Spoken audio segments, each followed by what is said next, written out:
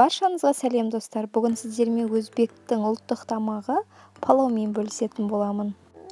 Бізге керекті заттар 4 штук сәбіз, 2 штук пияз, етімізді турап аламыз. Бір кесе толтырып күрішімізді саламыз. Жақсылап 3-4 мәрте қайтарып, тазалап жуып алатын боламыз.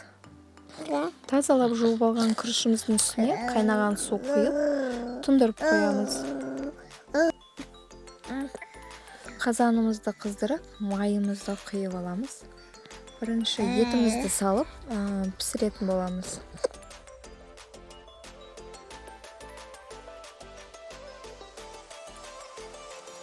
Етіміздің екі бетін жақсылап қызарғанша пісіретін боламыз.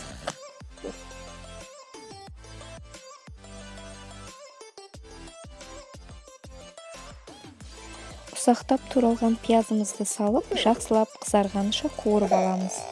Естеріңізде болсын, қатты пияз, қатты қызыл қып қуырған сайын, палауыңыз да күшті шығады, қып-қызыл болып.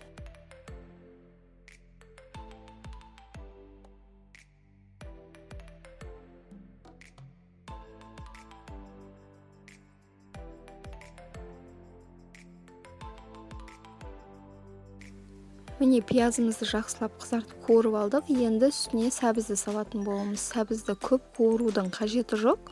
Кішкене ғана араластырып, уже суымызды құйсақ болады. Тұзымыз бен бұрышымызды су құймас бұрын салып алу керек.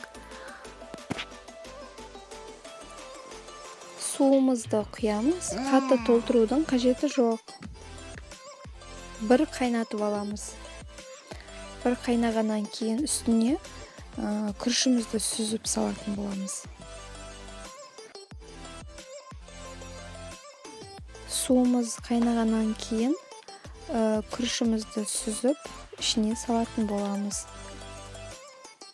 Күрішіміз суға кішкене ғана батып тұру керек. Суыңыз жетпей қалса, үстіне тұзын көріп, су құюға болады.